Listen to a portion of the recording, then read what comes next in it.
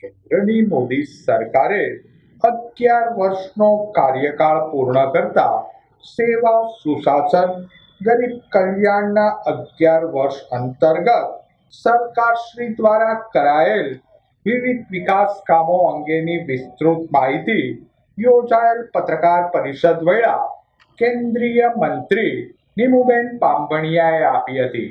પ્રસ્તુત છે આ પત્રકાર પરિષદના કેટલાક જરૂરી અંશો.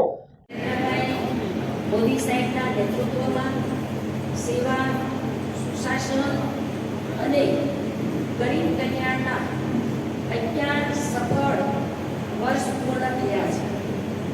મોદીજીના કાર્યકાળમાં અનેક ક્ષેત્રો વિકાસ સાથે મજબૂત બન્યા છે.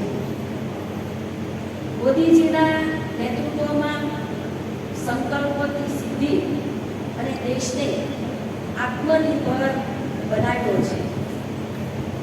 મોદી સાહેબના નેતૃત્વમાં વિકાસ થયો છે, લોકોને ભરોસો બેઠો છે અને આમૂલ પરિવર્તન આવ્યું છે. આદરણીય વડાપ્રધાન શ્રી નરેન્દ્રભાઈ મોદી સાહેબના નેતૃત્વમાં દેશમાં અનેક પરિવર્તનકારી પહેલ કરવામાં આવી છે.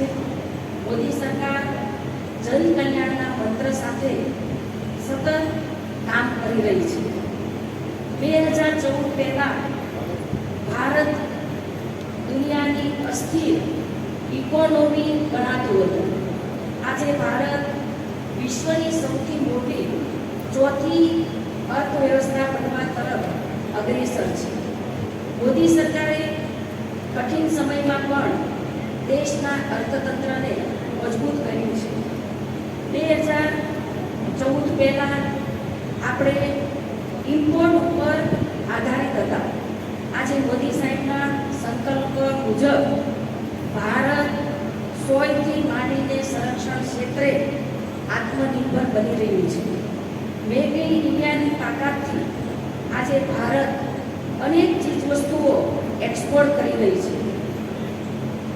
માનનીય પ્રધાનમંત્રી શ્રી નરેન્દ્રભાઈ મોદી સાહેબના 11 વર્ષના નેતૃત્વમાં ભારતે સાબિત કર્યું છે કે આતંકવાદ પર હવે કોઈ સમજૂતી નહીં થાય. ઓપરેશન સિંદૂર તેનું તાજું અને ઐતિહાસિક ઉદાહરણ છે. જ્યારે ભારતીય સેનાએ પાકિસ્તાનમાં ઘૂસીને 100થી વધુ આતંકવાદીનો સફાયો કર્યો અને તેમના એરબેઝ નાશ કર્યા. ઓપરેશન સિંદૂર એ વિકસિત ભારતનું પ્રતીક છે.